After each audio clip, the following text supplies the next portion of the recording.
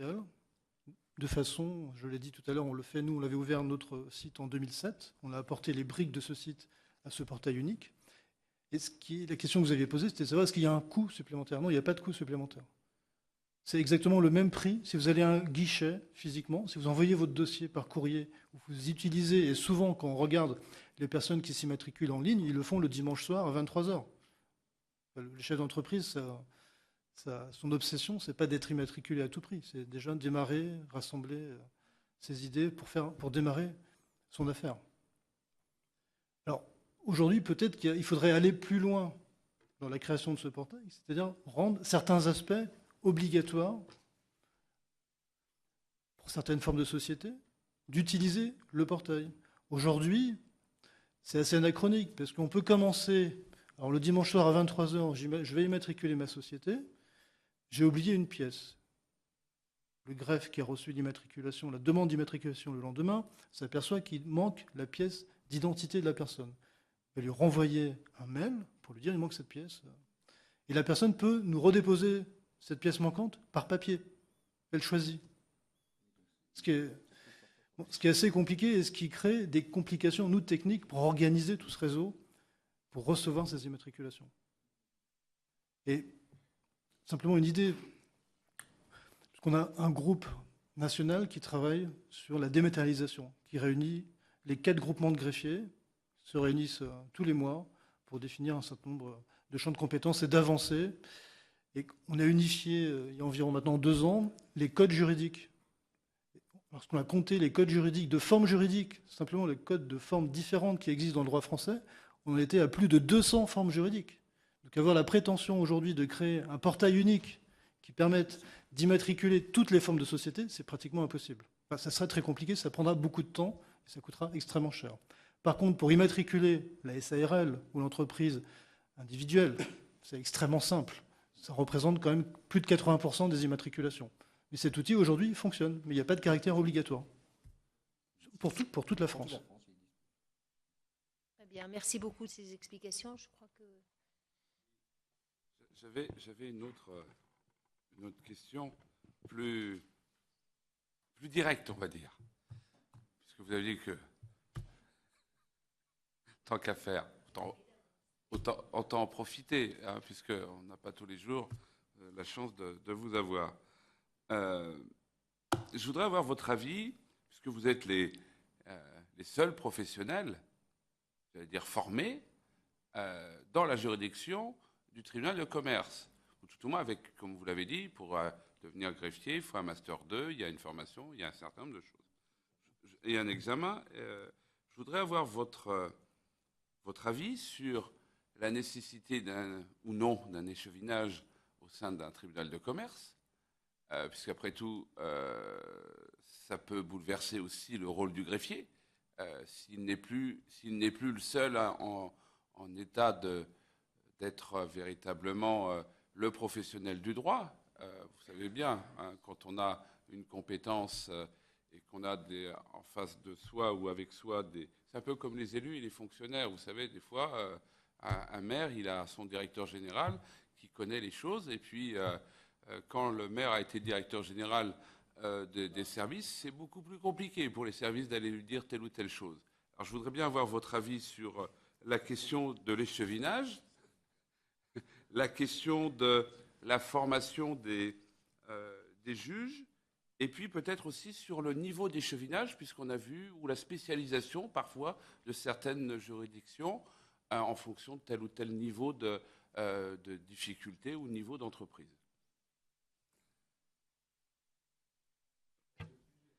C'est effectivement une question extrêmement directe. Je ne suis pas embarrassé, étant greffier de la juridiction et membre de cette juridiction. Les juridictions consulaires ont prouvé, je crois, depuis quelques années, leur efficacité. Elles se sont remises en cause, elles ont progressé. La formation des juges consulaires doit être obligatoire, mais ils ont déjà, depuis un moment, commencé une formation en partenariat avec l'ENM. Et on le sent bien, cette, j'allais dire professionnalisation, le terme serait impropre, mais malgré tout, ils se sont beaucoup investis dans l'amélioration des connaissances juridiques et dans l'amélioration du droit processuel. Le greffier est certes le seul professionnel du droit au sein de la juridiction, mais il reste à sa place et, comme je vous l'ai dit, il donne l'assistance. Les juges et présidents de chambre sont en règle générale des juges de qualité qui ont une formation juridique très souvent à la base et qu'ils ont améliorée, mais pas forcément. Nous avons aussi des juges vraiment issus du monde de l'entreprise et qui ont appris et qui ont apporté leur bon sens et la connaissance économique. Si nous prenons l'ensemble des résultats des décisions rendues par les juridictions consulaires, si l'on prend le taux d'appel formé contre ces décisions, que ce soit en contentieux général ou en procédure collective, parce que très souvent, on fait la différence. Si l'on prend le taux d'appel des décisions rendues par les présidents de juridiction statuant en référé, j'ai quelques chiffres rapides, très rapides, sur 2011, j'ai pas ce 2012, pardonnez-moi. Contentieux général, sur 90 383 décisions, 7 844 appels, soit 8,67%. Je ne parle pas de taux de réformation, je parle de taux d'appel. Appel des ordonnances de référé, 4,05%. Appel des procédures collectives, 0,78%. Je vais relativiser sur les procédures collectives. Il y a beaucoup d'ordonnances juges-commissaires qui sont des ordonnances prévues par les textes, qui ne nécessitent pas, évidemment, de discussion majeure, qui sont des ordonnances dites sans débat contradictoire. Donc on peut très bien. Mais malgré tout. Alors, l'échevinage. Aujourd'hui, j'estime qu'on a des juridictions qui fonctionnent bien. Elles sont efficaces. Elles rendent des bonnes décisions motivées en droit. Elles sont rapides, peut-être plus que d'autres juridictions. Est-ce qu'il faut bouleverser ce système ? Est-ce qu'aujourd'hui, les juridictions commerciales n'ont pas donné satisfaction aux justiciables et à l'entreprise ? Est-ce qu'aujourd'hui, même dans les cas difficiles de procédure collective, dans des gros dossiers de procédure collective, rendus par des bourgades, comme l'on a dit, et vous comprendrez que l'homme de l'Ouest était un petit peu choqué de ce terme à l'époque, et depuis ce débat médiatique, qui posait un autre problème intéressant, attention au conflit d'intérêts. Nous sommes d'accord. Mais depuis le débat médiatique sur ce gros dossier de l'Ouest, avons-nous entendu parler des suites de ce dossier du point de vue judiciaire ? Les décisions ont-elles été remises en cause ? C'est une bonne question. Alors, l'échevinage, est-ce que nous aurons besoin de recourir à ce système pour éviter, car c'est là le nœud du problème, c'est toujours celui qui revient, le conflit d'intérêts, notamment dans les procédures collectives. C'est un grand débat. C'est un grand débat. Il faut le mener. Il ne faut pas rester sans se dire « c'est comme ça, ne bougeons pas ». Je n'ai pas dit que c'était la solution, mais je pense qu'il faut y réfléchir. Et j'en ai parlé avec le président de la Conférence générale des tribunaux, avec le président du Conseil national des tribunaux de commerce, avec nos présidents respectifs, on en parle. Qu'est-ce que l'on pourrait proposer comme solution pour le cas où ? Eh bien, menons cette réflexion, mais n'ayons pas d'a priori sur l'efficacité, la probité des juges des juridictions consulaires. L'intérêt m'amenait à poser éventuellement aussi dans le prolongement, parce que l'autre jour, nous avons vu le procureur général près de la Cour de cassation, qui lui plaidait très fortement pour l'implication du parquet le plus souvent possible, y compris même aller jusqu'à dire je souhaiterais qu'il y ait la présence d'un membre du parquet dans la juridiction du tribunal de commerce. Moi, j'aimerais bien avoir votre avis sur cette question. Alors, je laisserai Maître Bobet tout à l'heure répondre sur la présence d'un parquet dans la juridiction. Et Paris est un cas évidemment à part, c'est une énorme juridiction. Tout, je dis bien tout, les présidents de tribunaux sollicitent le renforcement du parquet, notamment dans les procédures collectives. J'ai la chance à Nantes d'avoir un parquet présent à chaque audience de procédure collective. Ce n'est pas le cas partout. Eh bien, c'est dommage. Il faut impérativement renforcer les pouvoirs du ministère public dans le cadre des procédures collectives. Je pense que ça fait l'unanimité. Je ne pense pas. Et depuis que nous bénéficions de la présence du parquet, c'est un plus à tous les niveaux. Attention, gardons bien les frontières. Vous m'avez dit tout à l'heure qu'il ne fallait pas que le greffier s'immisce dans le processus décisionnel. Et moi, je dis le parquet est une partie à l'instance. Attention, là aussi, à ce que le parquet remplisse son rôle de parquetier. Mais oui, le parquet nous est indispensable. En tout cas, c'est mon sentiment. Pour ce qui est de l'installation d'un parquetier au sein de la juridiction, Maître Bobet est sûrement mieux placé que moi pour y répondre. Non, mais je partage complètement cet avis du renforcement des pouvoirs du parquet. Simplement, aujourd'hui, ce qu'il faut évaluer, c'est la charge de travail qui pèse nationalement sur le parquet. Il est vrai qu'à Paris, nous avons des parquetiers qui sont présents, mais ils ont aussi des astreintes de service. Ils ont une charge de travail considérable, avec des dossiers d'une importance aussi considérable.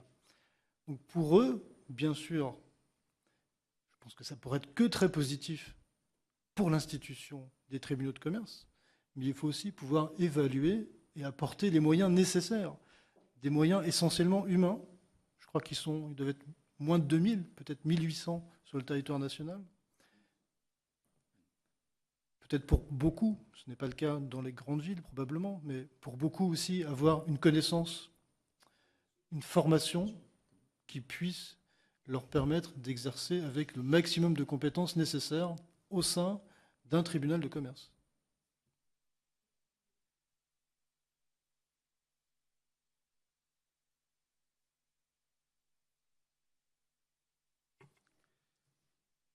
Oui, en vous priant de m'excuser d'être arrivé en retard, mais avec une difficulté avec un rendez-vous, mais je vous regardais du coin de l'œil dans mon bureau, donc je pouvais suivre tout de même nos débats.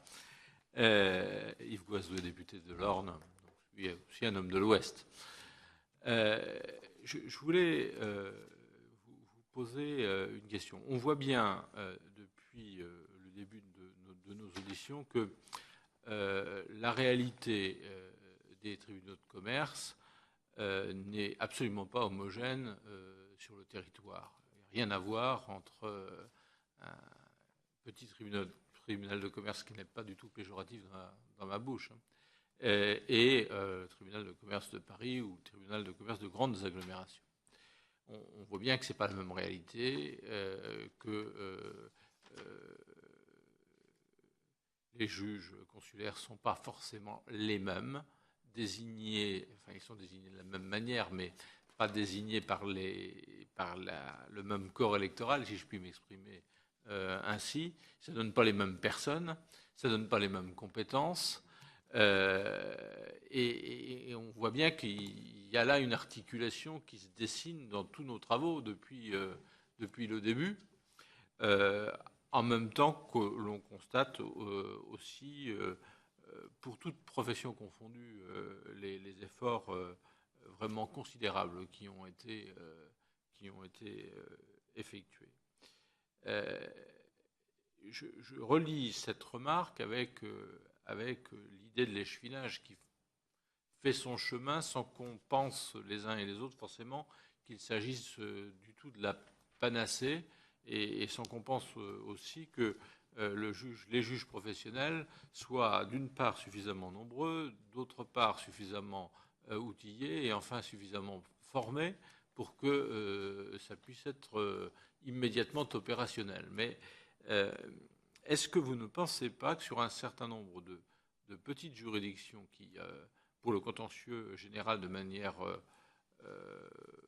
courante, là encore, sans que ce soit du tout péjoratif, parce que c'est un travail précis, font un travail remarquable.